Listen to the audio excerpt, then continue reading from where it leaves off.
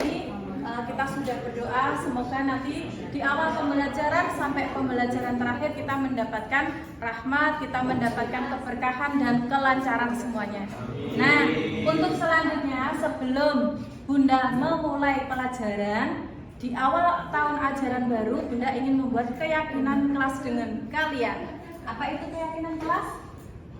Yaitu kesepakatan, ya. Kalau peraturan itu yang membuatkan dari salah satu pihak. Misal Bunda, misalnya Danina harus memakai baju dengan rapi. Nah, berarti itu dari Bunda. Nah, kalau keyakinan itu kesepakatan antara Bunda dengan kalian. Jadi nanti kita sama-sama diskusi kira-kira apa yang disepakati di dalam kelas ini dan nanti bisa diterapkan juga di kelas di luar kelas. Paham ya? Jadi selama di lingkungan sekolah kita buat kesepakatan itu tetap berjalan. Jadi tidak hanya di kelas saja. Paham? Nah, jadi nanti kalian tuliskan di sini. Nanti Bunda kasih satu-satu, setiap siswa boleh nulis 1 boleh, 2 boleh, dan seterusnya. Kalau kurang, nambah boleh. Begitu ya. Silahkan kalian pengen apa. Misalnya ketika pembelajaran, pembelajaran sambil tidur Bunda. Nah, kira-kira boleh tidak seperti itu. Nah, kita nanti buat kesepakatan. Biar nanti sama-sama nyaman, sama-sama enak ketika pembelajaran. Begitu ya, bebas. Nah, nanti setelah pendapat kalian tulis, nanti ditempel di depan sini, di papan tulis satu-satu. Silahkan kalian tempel. Setelah itu nanti baru kita diskusikan, ya. Nanti kita buat yang mana yang diambil kesepakatan bersama. Paham? Paham. Oke, sekarang Bunda bagi. Siapkan dulu bolpen boleh, spidol boleh, ya. Bunda bagi ini ya. Sini boleh mau warna apa? Pink saja. Pink ya. Nanti geser ke sana ya. Oke. Ke sini coba. Kuning nggak apa-apa? Kuning ya. Nanti digeser juga. Pulpennya disiapkan. Yang sudah menulis nanti boleh langsung ditempel di depan di papan tulis ya. Iya, Bunda. Oke. Hijau mau hijau? Hijau boleh, hijau. Oke, terima kasih ini ya. Mau pink, ini peach. Boleh. Bunda, ini nulis nama tidak? Boleh ditulis nama, boleh anonim ya. Kalian bebas. Ini yang di sini Rosik ya, sama teman-temannya. Nanti sama ke sana. Oke, silakan ditulis dulu. Yang sudah selesai boleh maju ke depan nanti ditempel di papan tulis.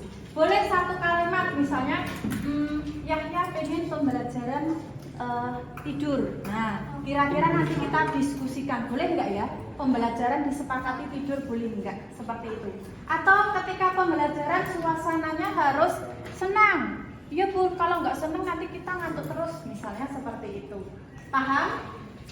Boleh 1, boleh 2. Kalau kurang boleh ditulis di kertas yang lain lagi. Begitu? Ada sudah selesai?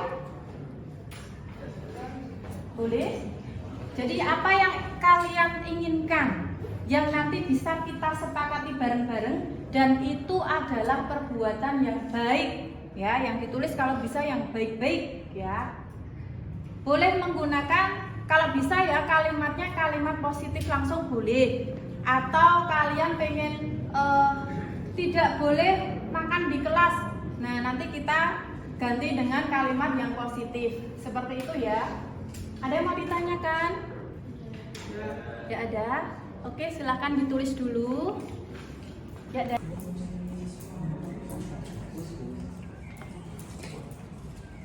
Bunda, kalau sudah dikumpulkan. Kalau sudah sini maju ke depan, boleh ditambahkan di sini.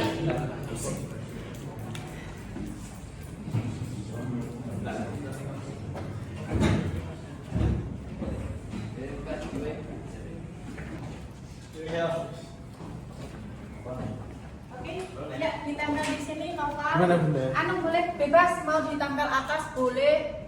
Anung juga sudah selesai. Tempel sini silahkan Anung. Sini yang sudah silahkan ditempel. Boleh sepanjang papan tulis itu. Silahkan. Oke.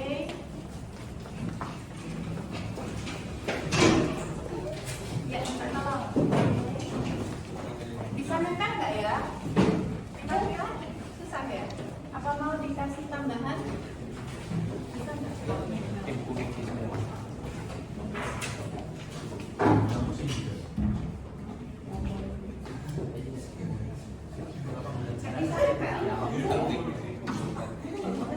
Nggak bisa? Pakai ini bisa nggak kira-kira? Nggak bisa nempel juga? Oh, coba. Iya bisa ya? Nggak bisa? Ya tinggal sini aja. Oh bisa? Coba minta tolong dibantu biar nggak jatuh-jatuh ya. Oke. Silahkan ditempel dulu. Habis ini kita bahas bareng-bareng. Bisa nempel ya?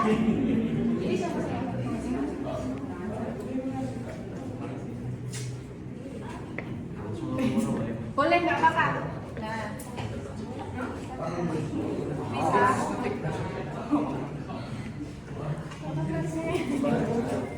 Boleh digambari ya, yang pintar gambar boleh ditambah-tambah gambar juga boleh, nggak apa-apa.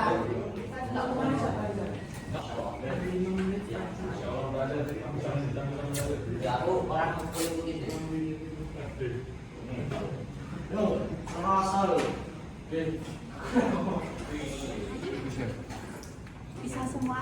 Sudah mengumpulkan semua? Ada yang belum? Ada yang belum mengumpulkan ini?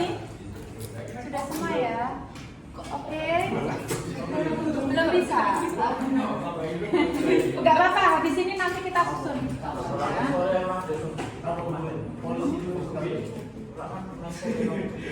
Oke, Bunda minta satu orang lagi.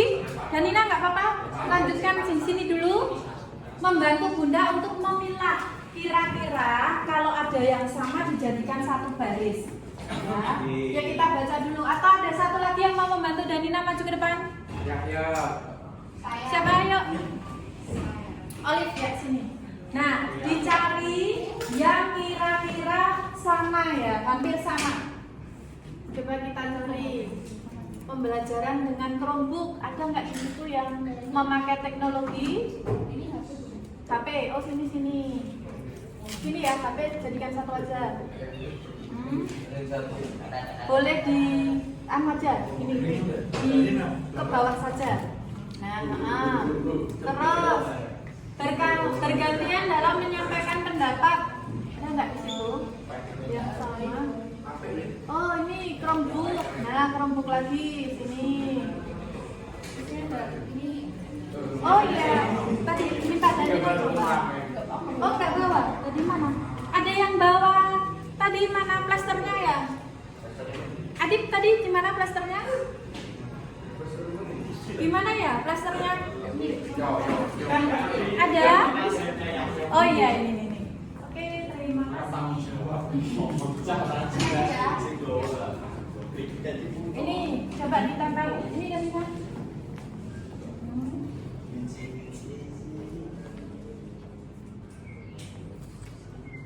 Oke, yang sama-sama kita jadikan satu dulu.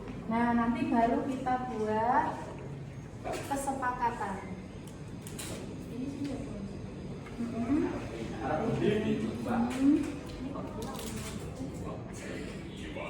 Oke.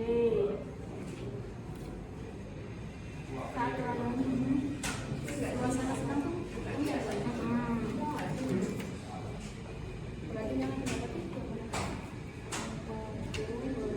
Sendiri nggak apa-apa. Kalau tidak ada temennya sendiri nggak apa-apa.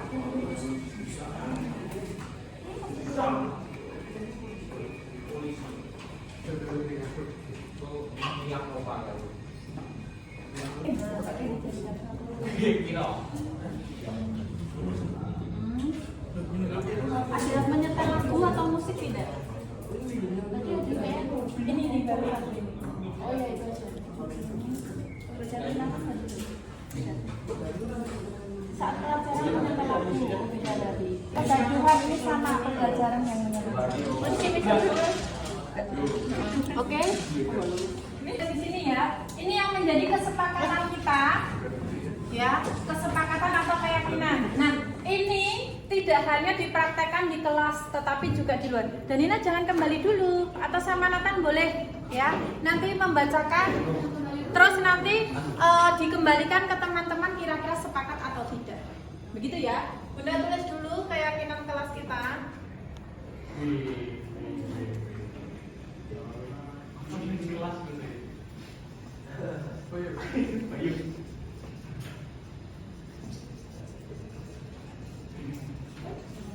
Oke, nomor 1 bisa dibacakan dulu, apa itu? Saat pelajaran menyetel lagu untuk mengatur suasana, boleh request, tidak boleh musik keras. Yang kedua apa? Ingin pembelajaran suasana senang.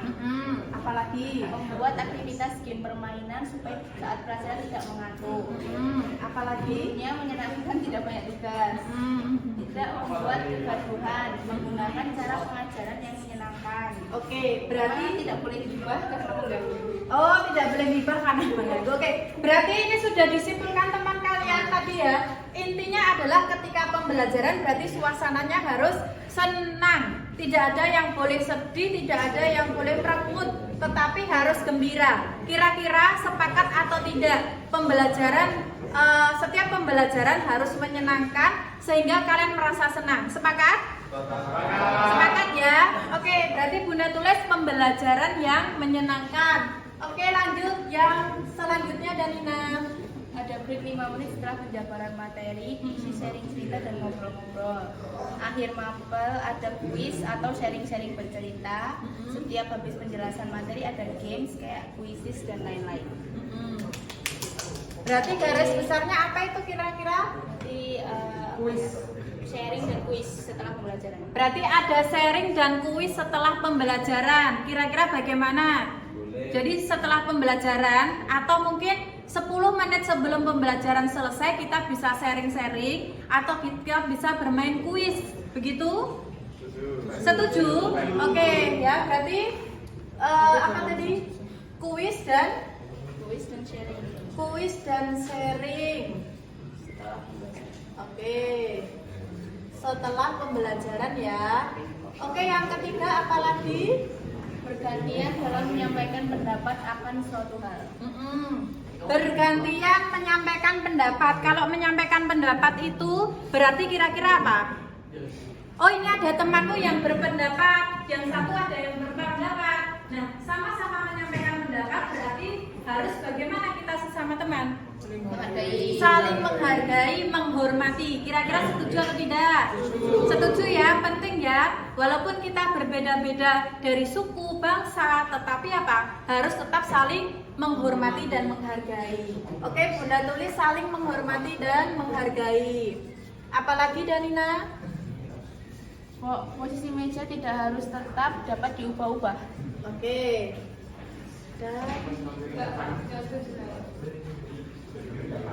Oke, untuk posisi meja, apakah kalian pengen berubah-ubah atau tetap jadi setiap misalnya 1 minggu di sini terus sampai nanti naik kelas 12 lulus seperti itu, atau pengen nanti setiap 1 minggu bergantian berubah-ubah? Pengennya bagaimana? Berubah-ubah atau tetap? Oh, tetap. Berarti posisi duduk tetap? Oke, berarti semua setuju tetap ya? Oke, berarti posisi duduk tetap. Tidak bosan nanti? Tidak, ya sudah. Posisi duduk tetap. Oke, yang kelima apa Danina? Pembelajaran dengan Chromebook. Diizinkan membawa HP ketika istirahat. HP tidak usah dikumpulkan pada guru. Ketika pembelajaran boleh menggunakan HP. Ketika sudah istirahat, Chromebook tidak dikunci. HP tidak dikumpulkan pada saat pembelajaran. Siswa memiliki kendali penuh atas Chromebook.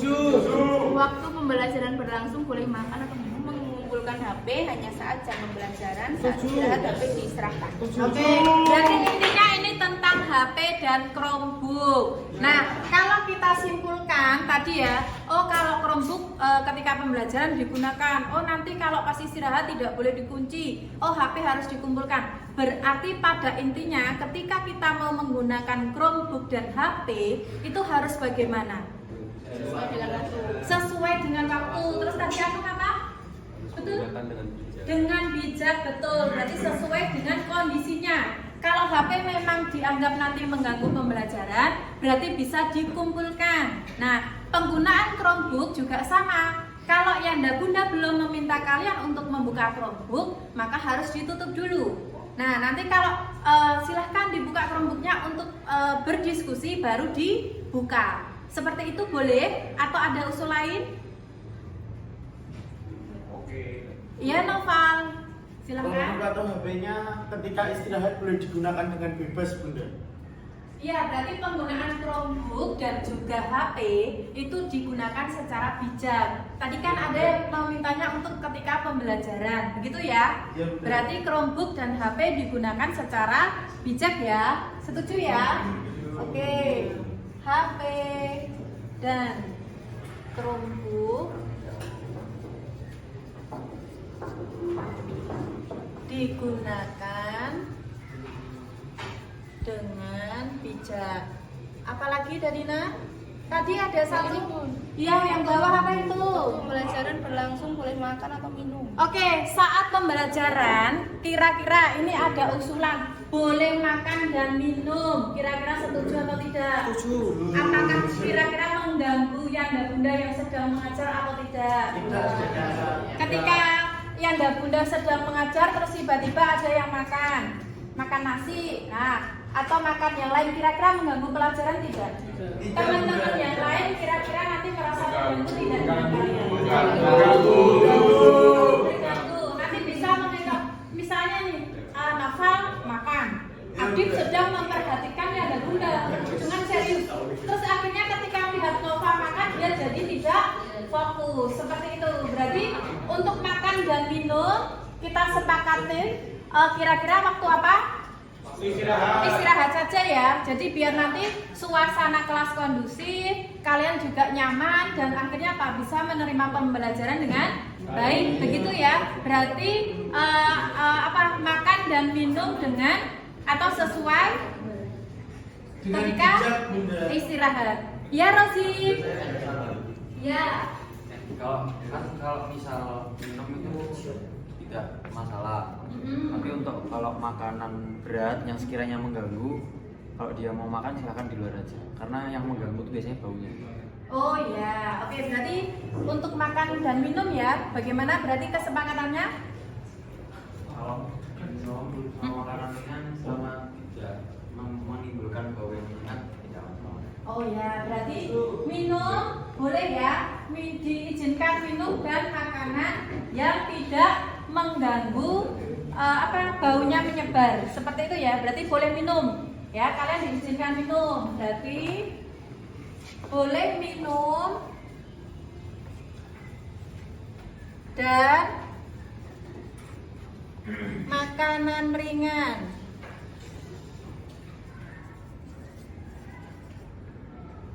yang tidak berbau menyengat.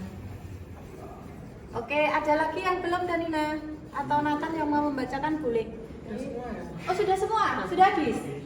Oke, nah di situ sudah habis sesuai kesepakatan kalian. Di sini apakah mau ditambahkan lagi? Kalau ini misalnya Yanda Bunda masuk ke kelas, terus kalian ada yang terlambat, bagaimana? Gak apa-apa, Bunda. Tidak apa-apa. Nah, nanti keperluan lain Bunda di luar. iya, maksudnya begini, nanti pas Yanda Bunda Yanda Bunda kan sedang mengajar, tiba-tiba nanti ada yang terlambat lama. Nah, kira-kira takutnya nanti kan mengganggu teman yang lain. Kita sepakati, kalau nanti memang misalnya Noval ternyata sakit perut, berarti nanti ketika Yanda Bunda sudah mau masuk kelas langsung izin bilang dulu, Bunda Yanda Noval mau izin ke toilet dulu. Jadi nanti ketika pembelajaran tidak kaget nanti Bunda, loh Noval dari mana? Nah, misalnya itu, atau teman-teman yang lain. Begitu ya. Ya, jadi Bunda. berarti apa? Kalau bisa tepat waktu ya. Kalau memang tidak bisa tepat waktu, nanti boleh ngomong ke Yanda Bunda dulu. Jadi izin dulu, biar nanti tidak dicari sama Yanda dan Bunda. Berarti tepat waktu. Ada lagi? Ada yang mau ditambahkan? Saling menghormati sudah ya, tepat waktu. Nah ini, tadi kan ada makanan sama minuman. Nah, kalau di kelas kira-kira nanti sampahnya bagaimana? Dibuang di mana, Nathan? Tempat sampah. Berarti kelasnya bagaimana? Harus bersih kan? Berarti membuang sampah di tempat sampah. Berarti kelas kita harus bersih. Berarti bagaimana? Menjaga kebersihan. Nah, kebersihan tidak hanya di kelas saja, tetapi juga di luar kelas. Jadi di lingkungan sekolah harus menjaga kebersihan. Oke, menjaga kebersihan. Ada lagi?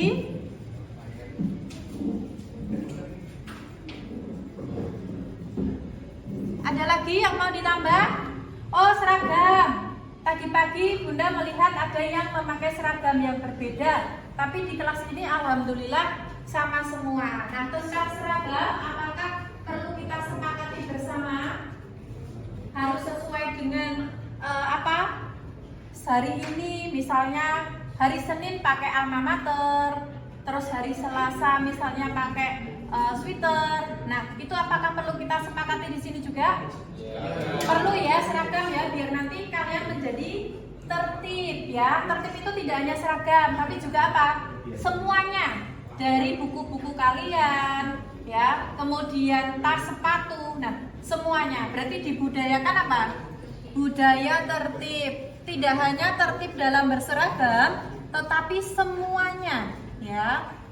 Oke, ada yang mau ditambah lagi atau sudah cukup? Diizinkan menggunakan jaket ketika kedinginan. Oh ya, boleh ya. Setuju? Setuju. Karena apa? Kita pakai AC, kalau dimatikan nanti apa? Nah, tadi sudah kita sepakati keyakinan kelas kita seperti ini. Nah, Bunda harap ini dilaksanakan dengan baik ya. Tidak hanya di kelas tetapi juga di luar kelas, karena ini sudah menjadi hal-hal yang positif yang harus kita laksanakan. Kita harus apa?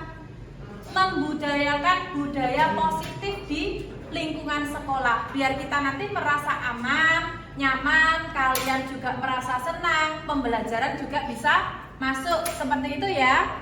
Oke? Sepakat semuanya? Sepakat, setuju ya? Oke, nah berarti ini kapan kita akan mulainya? Besok? Hari ini ya, karena kita sudah sepakat berarti dimulainya hari ini. Begitu ya, biar kita bisa mempraktekkan secara langsung budaya positif yang ada di sekolah kita. Begitu? Oke ya, sepakat ya? Sepakat. Oke, terima kasih. Nah, oke, Bunda lihat ini kok semakin loyo ini, tidak bersemangat dalam pembelajaran. Ada yang sudah merasa ngantuk-ngantuk, ada yang sudah menguat, ada yang sudah ningkluk-ningkluk. Nah, ada yang sudah tidur juga ternyata. Nah, oke, biar kita suasananya fresh lagi, maka Bunda akan meminta kalian untuk bermain game biar semangat, refresh lagi. Nanti kalau sudah fresh, biar pembelajarannya bisa masuk. Bunda itu dulu yang kurang berapa ini? Berhitung 1, 2, 3, 4, 5, 6, 7, 8, 10, 12, 13. Terus yang putri berapa ini?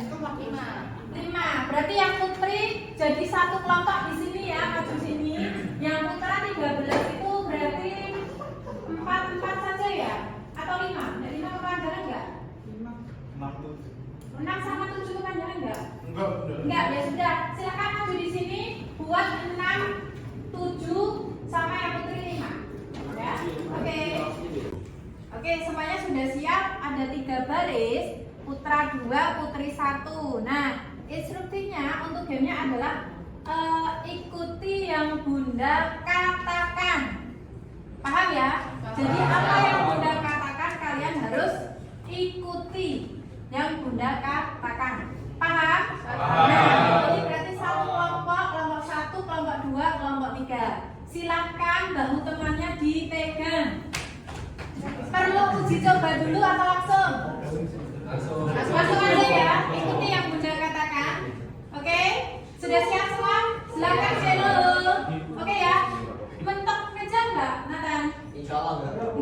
Aman, aman. Aman. Oke, ikuti yang Bunda katakan. Oke, kanan. Ayo belum fokus. Ulang. Ya sudah mulai. Orang biasa. Oke. Kiri. Kanan. Maju. Mundur. Oke. Mundur. Maju. Jangan mundur, Bun. Ya kan buat variasi biar kalian fokus ya. Lagi ya. Kanan. Kiri. Mundur. Maju. Maju. Nah, sekarang ikuti yang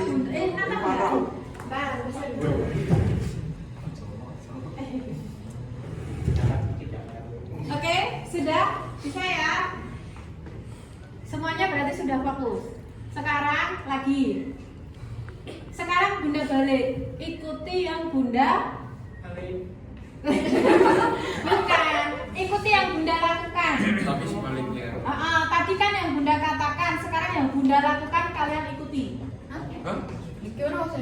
Berarti gini, gerakan Bunda kalian ikuti. Jadi paham? Kalau tadi yang Bunda katakan kalian ikuti, sekarang gerakannya Bunda yang kalian ikuti. Ada yang masih bingung? Tidak ya? Tidak bingung ya? Oke, sekarang gerakannya Bunda yang diikuti. Sudah? Cesa masih bingung? Saya ikuti gerakan Bunda. Iya. Ikuti gerakan. Orang ikuti Yuk. Kita mulai. 1, 2, 3. Mundur. Maju. Kanan. Loh.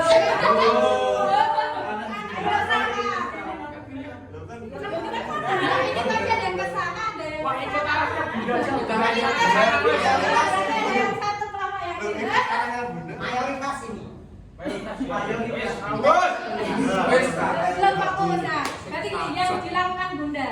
Ya, tadi Bunda bilang kanan misalnya, tapi kok Bunda ke kiri, berarti yang dilakukan Bunda kanan yang diikuti. Gitu ya. Jangan diikuti yang dikatakan Bunda. Kalau instruksi pertama kan yang dikatakan Bunda. Sekarang yang Bunda apa lakukan itu yang diikuti. Paham? Paham. Konsentrasi mulai ya. Yang dilakukan Bunda. Oke? Mundur. Maju.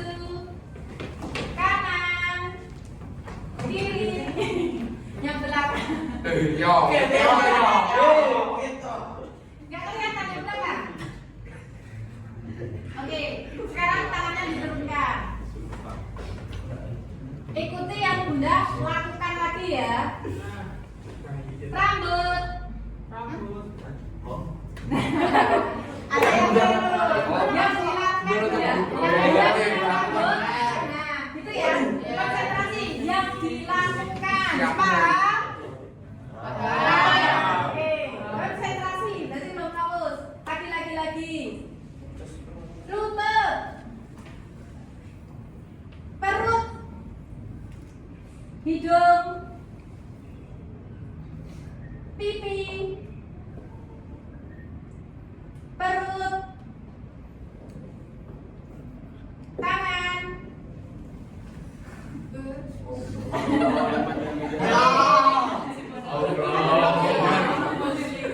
Oke, ada yang masih bingung? Tadi yang dilakukan bisa, yang yang Bunda lakukan bisa, yang sesuai ucapan juga bisa. Sekarang ada yang masih ngantuk? Enggak ada. Sudah pas semua? Siap pembelajaran lagi? Oke, berarti boleh ke tempat duduknya.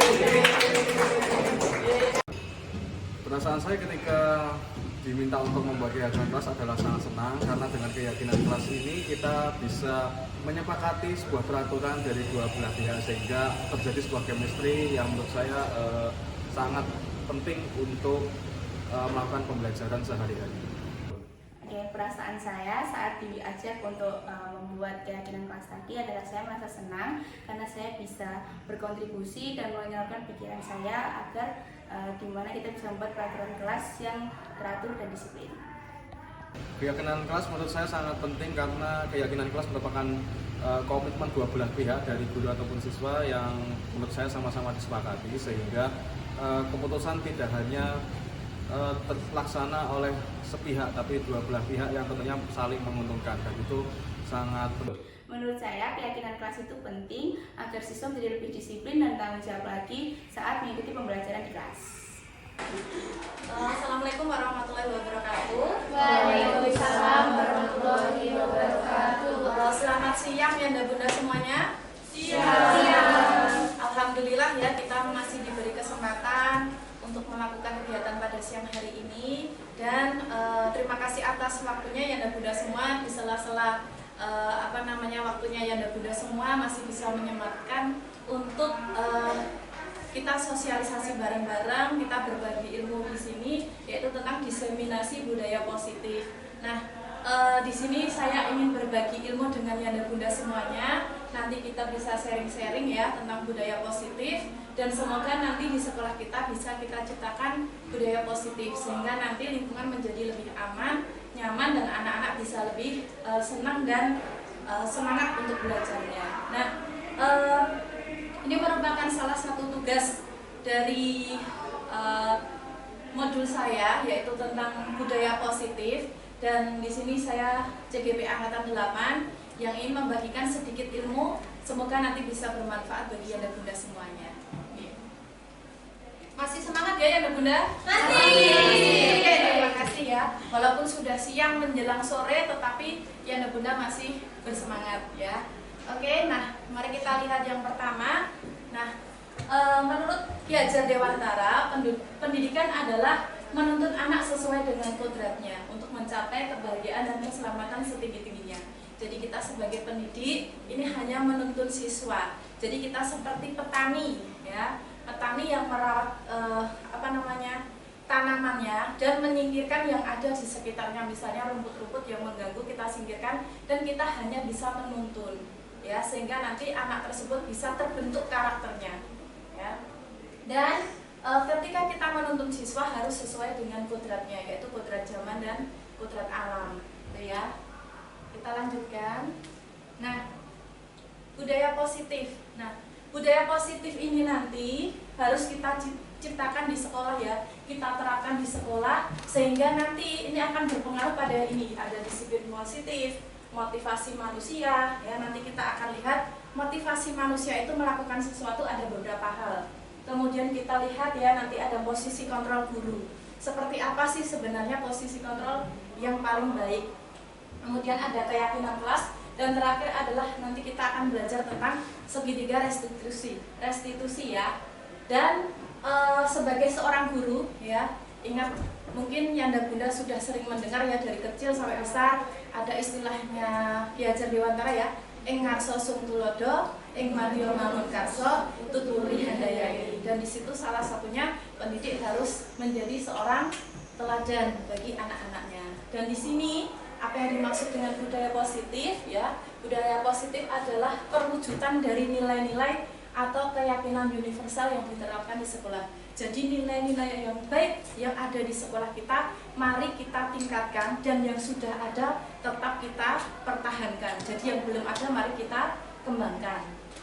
Nah, budaya positif yang pertama ya. Nah, ini yang pertama adalah disiplin positif ya. Kita sering mendengar istilah disiplin dan ternyata disiplin positif ini memang sangat berpengaruh bagi anak didik kita ya. Karena ternyata di sini disiplin positif mengajarkan anak nanti bisa lebih bertanggung jawab ya dengan apa yang dilakukan dan setiap tindakan mereka akan mendasarkan pada nilai-nilai yang sudah diyakini. Jadi nilai-nilai universal yang baik yang sudah ada di dalam diri mereka.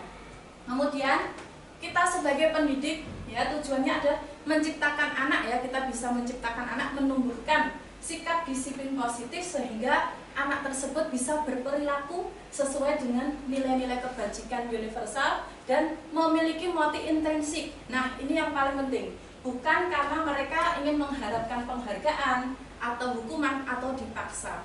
Jadi nilai intrinsik ini nanti yang harus kita kembangkan. Contohnya nanti misalnya seorang anak istilahnya ingin mendapatkan penghargaan dari guru, ya, karena dia ingin mendapatkan sesuatu, maka itu disebut dengan eksternal, bukan dari dalam dirinya sendiri. Nanti akan kita bahas lagi. Kemudian apa tujuan dari penerapan disiplin positif, yaitu nanti agar murid-murid kita bisa tercipta karakternya yang lebih bagus, ya. Kemudian disiplin, santun, jujur, dan bisa menjadi belajar sepanjang hayat. Jadi belajarnya tidak hanya berhenti ketika mereka di sekolah, tetapi mereka bisa belajar sepanjang hayat. Nah, ini adalah motivasi perilaku manusia, dan mungkin Yanda Bunda sudah sebenarnya menjumpai ya di antara anak-anak kita. Yang pertama, menghindari ketidaknyamanan atau hukuman. Jadi anak itu kadang menghindari hukuman dari guru sehingga melakukan apa yang kita perintahkan, ya kan? Mungkin mereka ibaratnya nanti kalau tidak melakukan ini maka akan mendapat hukuman. Nah, itu adalah salah satu motivasi anak kita. Jadi mereka belum sadar apa yang dilakukan untuk kebaikan mereka, tetapi mereka hanya menghindari. Oh, biar tidak dihukum oleh Yanda Bunda, maka dari itu harus bersikap seperti ini.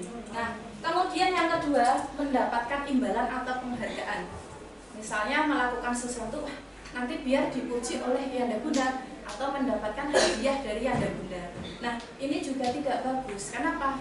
Eksternal lagi, bukan dari diri mereka sendiri menghargai. Oh, aku melakukan sesuatu karena ini untuk kebaikanku, bukan seperti itu. Tetapi mereka mengharapkan imbalan, ingin mendapatkan sesuatu atau hadiah dari Yanda Bunda.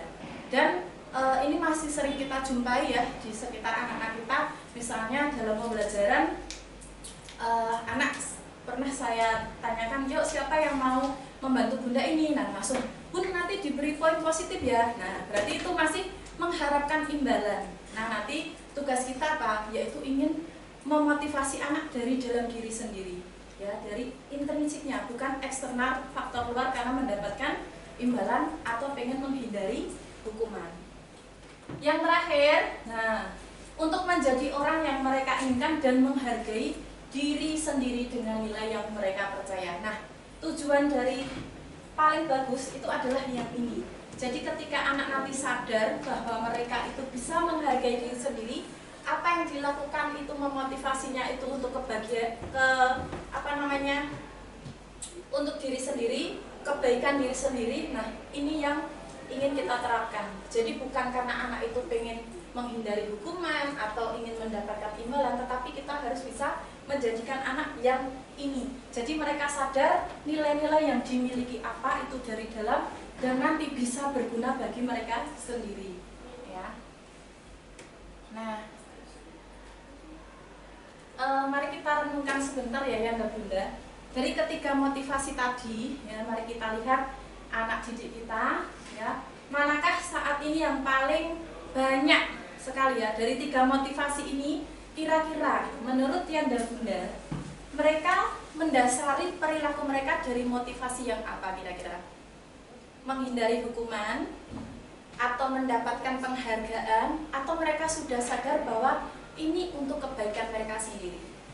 Yang sering kita temui yang mana? 1 dan 2 ya. 1 karena nanti biar tidak dihukum Yanda sama Bunda. Kemudian yang kedua, pengen mendapatkan apakah nanti dapat hadiah dari Yanda Bunda. Nah, nanti ke depannya sama-sama ya kita nanti berkolaborasi agar anak bisa menciptakan motivasi yang ketiga. Jadi biar mereka menghargai diri sendiri. Begitu ya Yanda Bunda ya.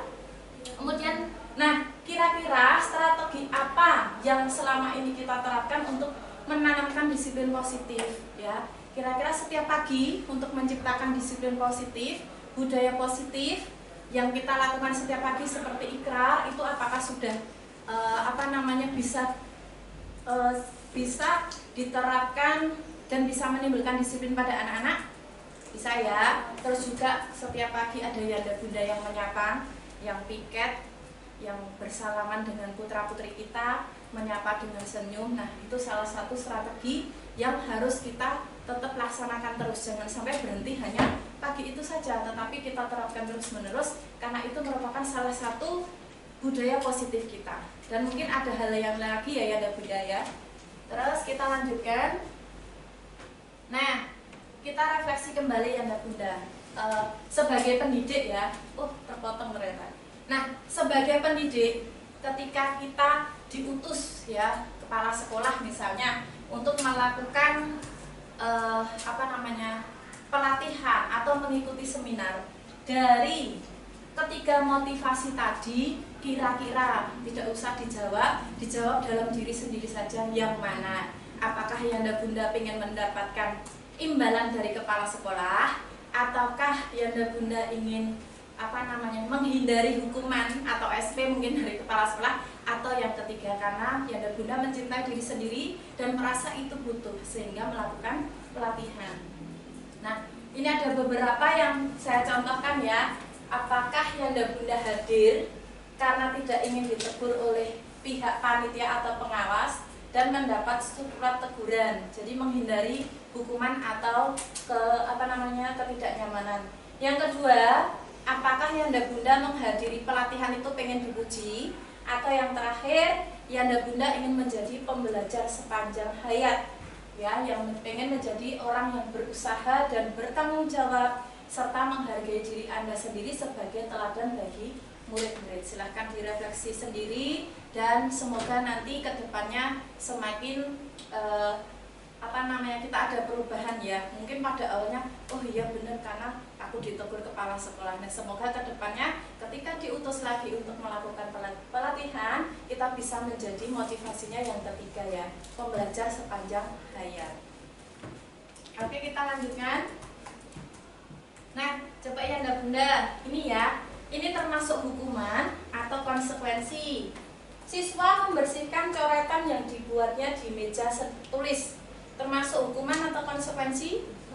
Konsekuensi. Oke, kehilangan 10 menit jam istirahat untuk mengerjakan tugas karena terlambat datang dan tertinggal pelajaran 10 menit. Termasuk hukuman atau konsekuensi? Konsekuensi. Kemudian berdiri di depan kelas sambil mengangkat kaki karena tidak bisa menjawab pertanyaan. Hukuman. Jadi hukuman bisa berupa fisik, bisa berupa verbal, dan kita harus hati-hati ya karena siswa kita itu terdiri dari berbagai macam karakternya unik-unik. Ada yang mungkin mudah tersinggung, ada yang biasa saja. Jadi ketika kita di dalam kelas harus hati-hati ketika kita mau mengomongkan sesuatu. Takutnya nanti anak tersebut bisa membekas di dalam hati ya. Walaupun mungkin kita niatnya baik, tetapi ternyata ada beberapa anak yang menerimanya itu mungkin berbeda. Kita memberi hukumannya bisa jadi itu termasuk hukuman verbal dan itu bisa membekas di hati anak. Oke, kita lanjutkan ya. Nah, ini beberapa penghargaan yang ternyata berakibat seperti ini. Ketika sebelum saya mengikuti pendidikan CGP ya, saya menganggap bahwa penghargaan itu paling efektif untuk memotivasi anak. Ternyata setelah saya belajar beberapa bulan ini, ternyata apa yang saya ibaratnya bayangan penghargaan itu kan ini bisa memotivasi, ternyata punya beberapa dampak ya. Yang pertama, jangka panjang dan jangka pendek.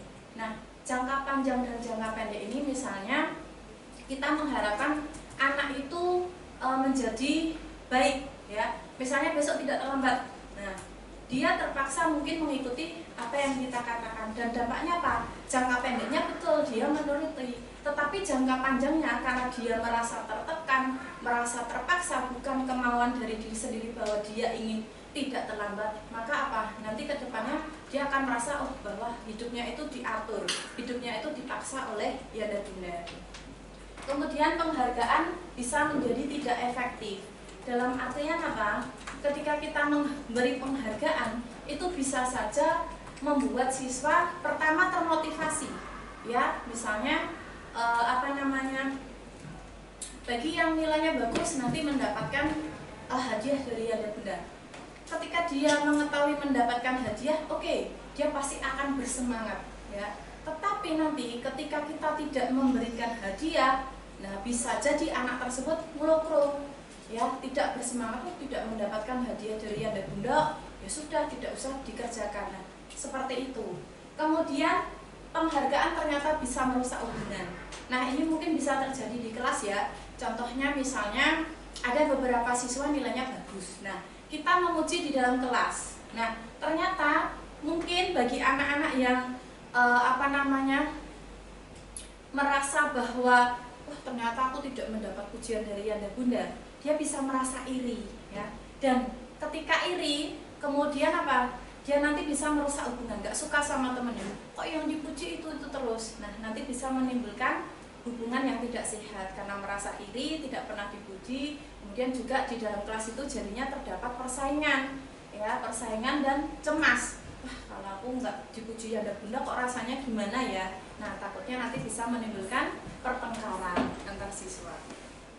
Kemudian, nah, penghargaan menurunkan kualitas. Nah, ternyata ada beberapa siswa kita yang mungkin ketika kita kasih hadiah, kita kasih sesuatu, itu semangat, ya.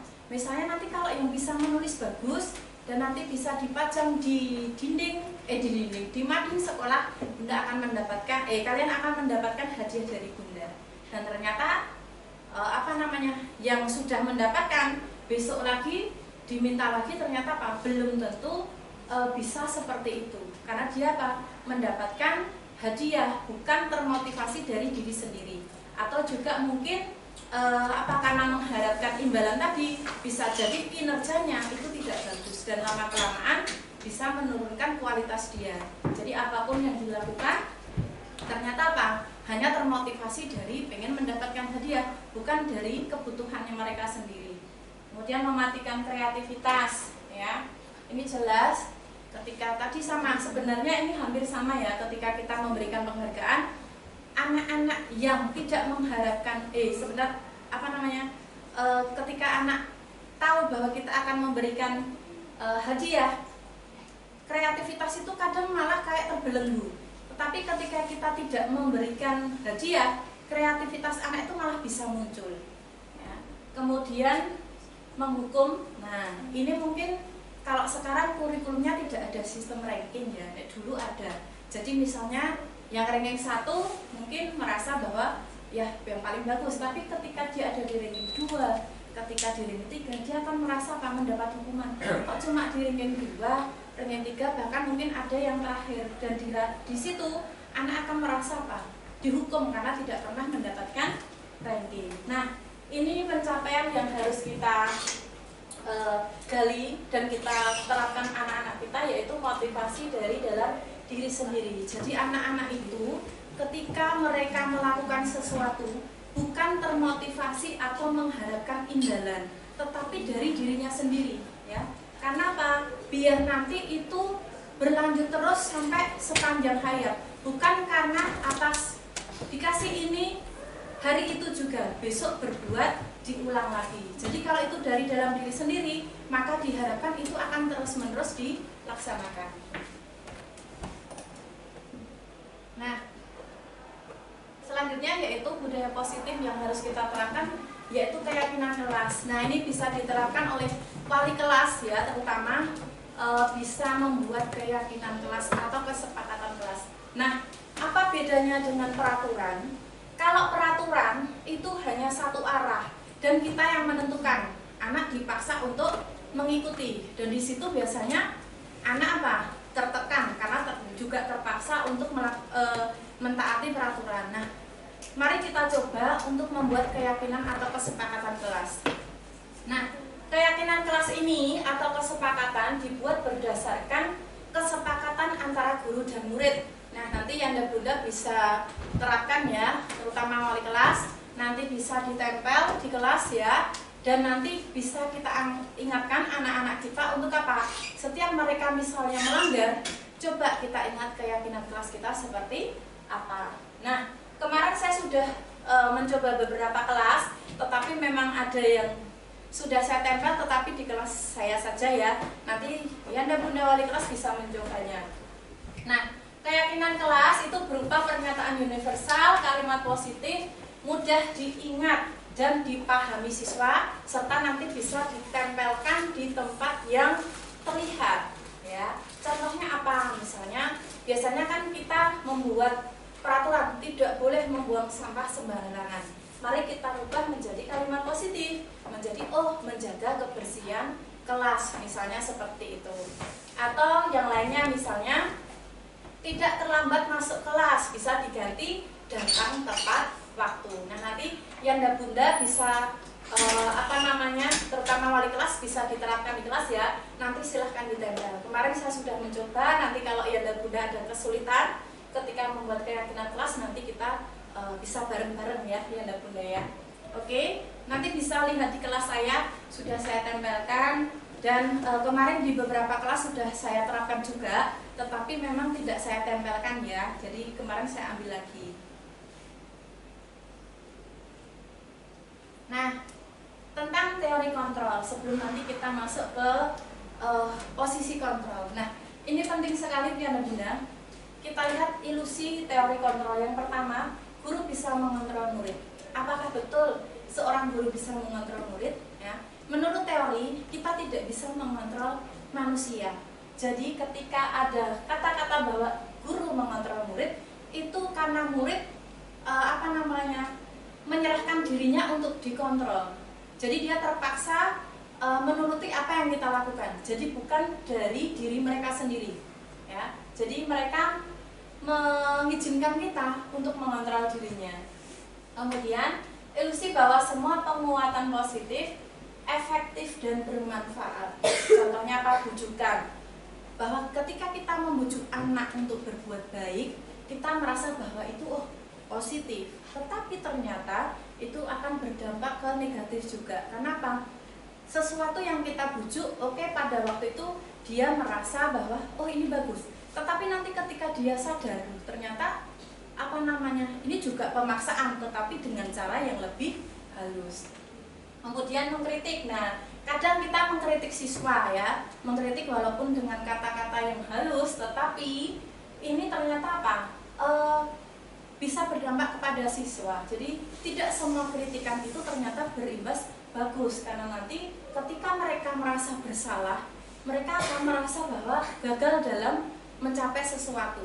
Jadi ketika kita mengkritik, mungkin ada beberapa anak yang ternyata aku tidak baik. Nah, itu bisa berakibat kepada psikisnya. Dan terakhir, orang dewasa memiliki hak untuk memaksa.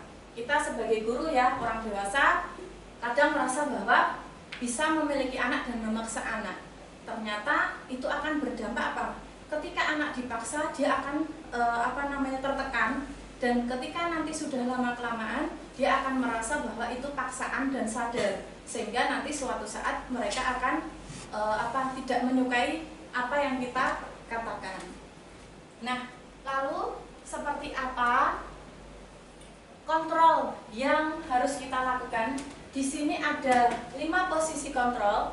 Ada penghukum, pembuat merasa bersalah, kemudian teman, pemantau, dan terakhir manajer. Nah, ini sebagai guru kita punya 5 posisi kontrol ini. Tetapi mari kita lihat kira-kira mana yang paling efektif dan tepat untuk nanti ketika kita menangani anak yang bermasalah. Penghukum. Nah, penghukum ini biasanya apa? Nanti suaranya tinggi, ya, bisa jadi dengan melotot dan marah-marah. Kamu tiap hari datang terlambat. Nah, biasanya ekspresinya sudah beda, mungkin dengan tindakan beberapa ya, penghukum. Nah, atau ini saya mencontohkan patuhi aturan saya atau awas kalau tidak. Nah, biasanya dengan nada tinggi, ekspresinya marah. Nah, dampaknya apa kalau kita menghukum? Anak memang akan menaati kita ya, karena kita mengontrol mereka. Kamu harus taat dengan peraturan, kalau enggak Bunda akan hukum kamu. Nah, akibatnya ketika anak dia mendapatkan hukuman, dia akan merasa tertekan. Bisa jadi nanti dia bertindak sesuai dengan keinginan sendiri. Dendam sama kita, pulang-pulang nanti motor kita digembosi. Nah, enggak, ketika kembali ke kelas ini ya bejo dicoret-coret, bisa jadi seperti itu. Nah, yang kedua, merasa bersalah ya. Membuat merasa bersalah ini biasanya bahasanya lebih halus ya. Nah, ini saya mencontohkan ini. Jadi ada kemarin kamu sudah berjanji, itu benar-benar kecewa sama kamu. Kenapa mengulangi lagi? Misalnya seperti itu. Nah, ternyata membuat merasa bersalah ini apa? Membuat anak aku merasa minder. Ya, ternyata aku sudah mengecewakan bapak ibu guru, sudah mengecewakan yanda bunda, dan dia akan apa? Merasa sedih. Dan itu berakibat dalam psikisnya. Kemudian teman. Nah, teman ini ada positif, ada negatifnya. Kalau positifnya ya kita jadi lebih akrab ya dengan siswa. Nah, ayolah bantu yanda bunda. Nah, nanti kalau enggak nanti yanda bunda dimarahi sama Pak Kepala Sekolah loh. Nah, misalnya seperti itu. Tapi dampaknya ketika kita sebagai kontrolnya sebagai teman, murid nanti akan tergantung kepada kita. Jadi kalau nggak sama yanda bunda itu, ya, terus nanti suatu saat kok yanda bunda nggak mau bantuin aku toh. Nah, bisa jadi seperti itu. Jadi murid akan lebih tergantung dengan kita. Kemudian pemantau. Nah, kalau pemantau ini lebih ke mengawasi. Jadi peraturannya seperti itu ya sudah dilaksanakan seperti itu. Nah, dan ini nanti biasanya apa konsekuensinya? Biasanya ditanyakan itu. Nah, sudah terlambat 15 menit, ya. Apa kamu sudah mengerti konsekuensinya apa? Nah, di sini apa? Anak memang nanti oh iya, konsekuensinya ini, tetapi mereka tetap saja tertekan, ya. Mereka akan melakukan konsekuensi tetapi dengan tidak ikhlas. Karena apa? Hanya mematuhi peraturan. Dan terakhir, nah, pencapaian kita sebagai pendidik adalah sebagai manajer, ya. Kita harus bisa menerapkan ini, ya. Ya, saya akui memang kadang saya menghukum, membuat merasa bersalah teman, pemantau, dan saya juga ini masih belajar menjadi seorang manajer. Nah, sebagai manajer nanti yang yang kita lakukan adalah mengajak anak untuk berdiskusi.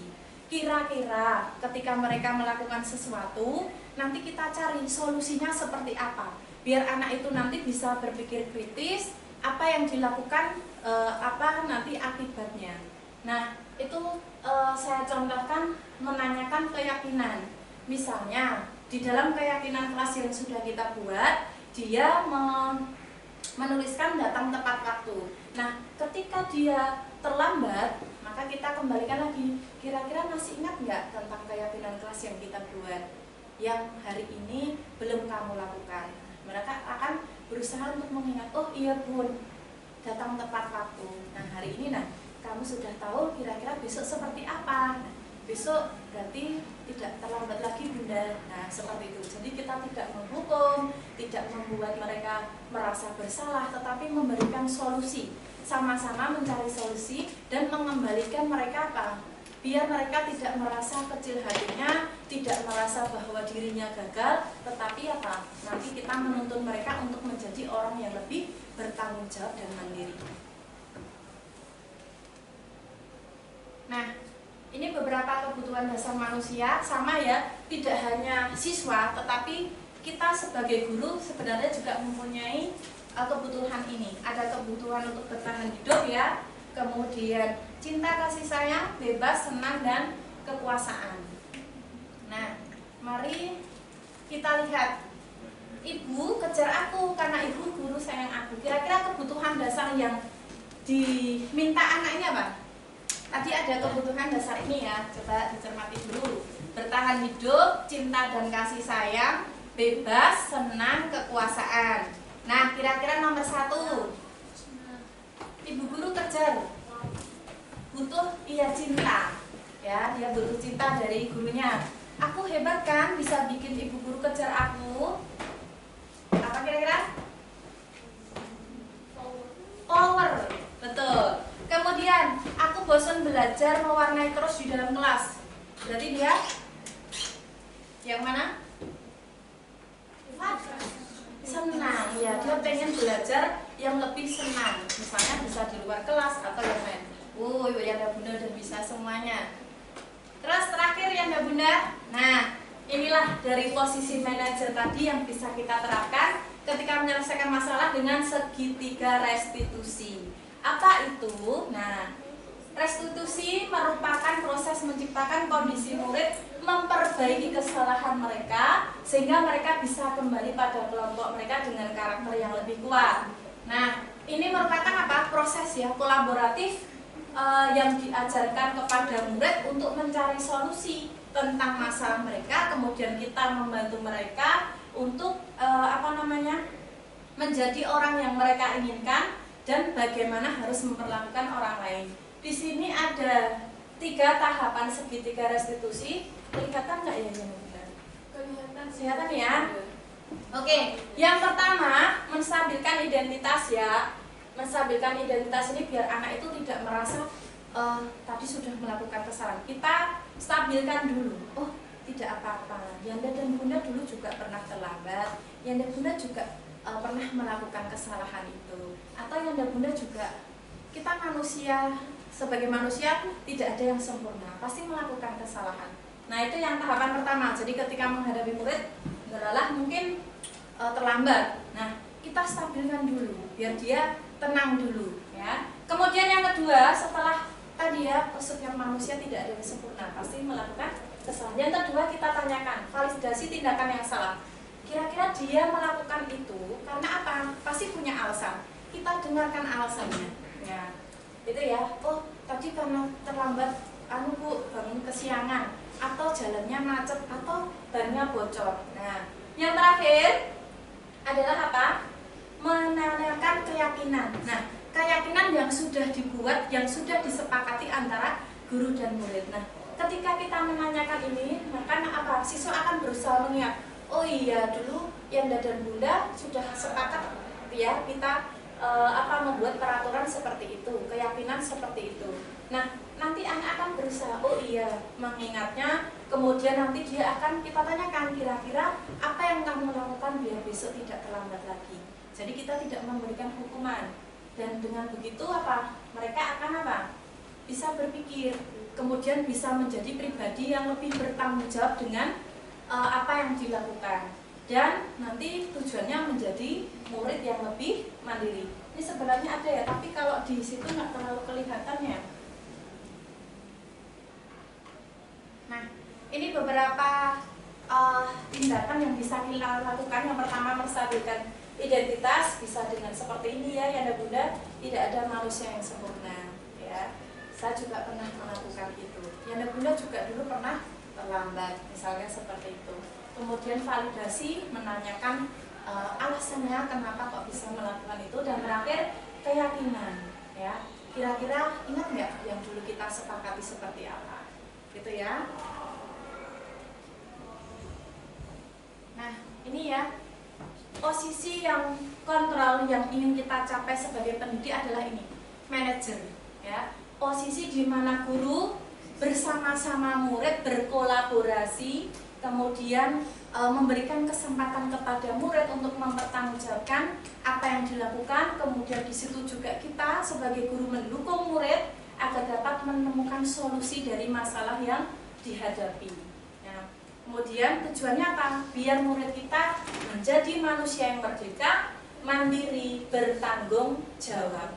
Itu tujuan dari akhir posisi manajer. Nah, di sini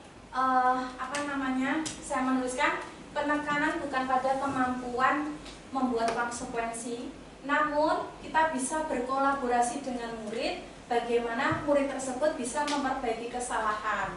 Dan manajer tugasnya ini mengatur perilaku seseorang ya. Bukan mengatur tetapi membimbing ya.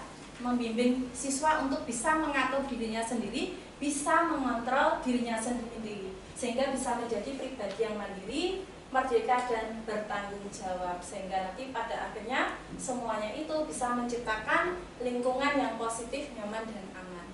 Nah, mungkin itu saja dari saya Yanda Bunda, semoga nanti bisa bermanfaat. Dan mari mulai hari ini kita bersama-sama ya, budaya positif yang sudah ada tetap kita pertahankan, dan yang belum ada mari kita ciptakan biar sekolah kita menjadi lebih aman, nyaman, kemudian anak-anak juga lebih bersemangat. Terima kasih atas perhatiannya ya Bunda semua, dan mohon maaf apabila ada kata-kata yang salah dari saya. Terima kasih. Wassalamualaikum warahmatullahi wabarakatuh.